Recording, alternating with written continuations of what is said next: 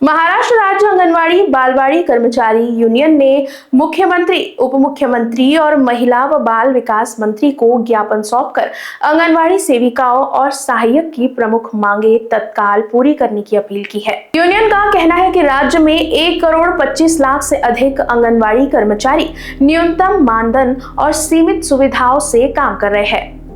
केंद्र और राज्य सरकार के निर्णयों के बावजूद मानधन वृद्धि, सेवा शर्ती लाभ और ऑनलाइन कार्य प्रणाली में राहत अब तक लागू नहीं हुई है।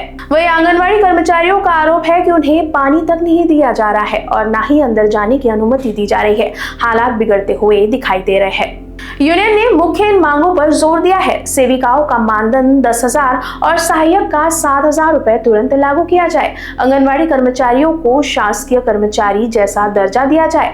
अत्यधिक ऑनलाइन कामकाज का दबाव कम कर पारंपरिक कार्यप्रणाली बहाल की जाए। विभागीय परीक्षाओं, रिक्तियों और संक्रमण काल में जुड़ी समस्याओं का समाधान किया जाए। FSSAI based health audit system रद्द कर पुरानी व्यवस्था लागू की जाए। यूनियन ने ये भी कहा कि 24 और 26 सितंबर की बैठकों में सरकार ने जिन निर्णयों की घोषणा की थी उन्हें तत्काल प्रभाव से लागू किया जाए।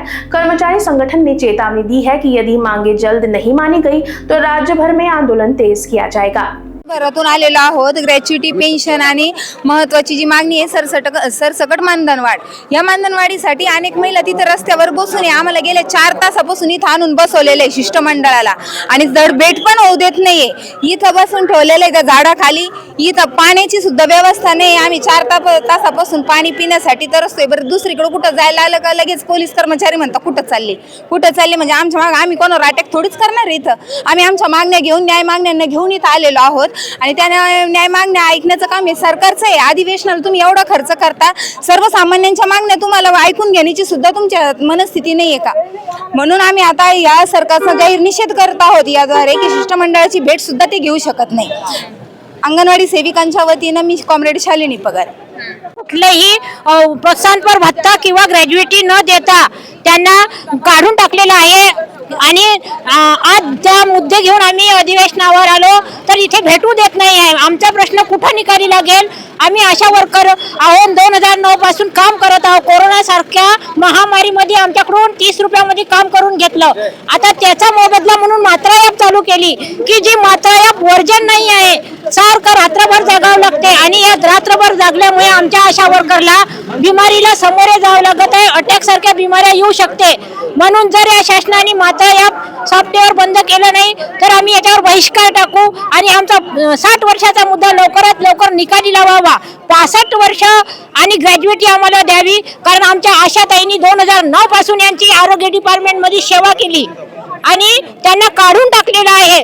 कोणता कायदा आहे की कामगारावर असं जुलूम करत आहे? का बरं केलं आहे? त्यांनी आरोग्य डिपार्टमेंटमध्ये काम केलं नाही, कोरोनामध्ये काम केलं नाही, मोतीबिंदूमध्ये काम केलं नाही, मग का बरं त्यांना 60 वर्ष झाल्याबरोबर काढून टाकलं एका पत्रावर? याचा न्याय द्यावा शासनाने। इतकेच मी बोलतो। काँग्रेस जोशना राऊत, वर्धा। मॅडम, राज्यभरातून 10,000 महिला आलेला आहे। 10,000 महिला आलेलो आहे। 3,000 पगारीवर काम करतोय।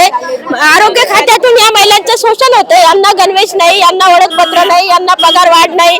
आणि मेघनाताई बोर्डेकरनी म्हणलं होतं डिसेंबर महिन्यामध्ये पगार वाढू, तरी पगार वाढवला नाही। आज आमचं शिष्यमंडळ 5 शिष्यमंडळ जातील म्हणून असं आश्वासन दिलं आणि आम्ही इथं 4-5 घंट्यांनी इथं बसलेलो आहे। तरी आमच्या शिष्यमंडळाला फक्त 2 जण जातील अशी तिकडून सूचना आली, तरी आमचे शिष्यमंडळ 5च जातील।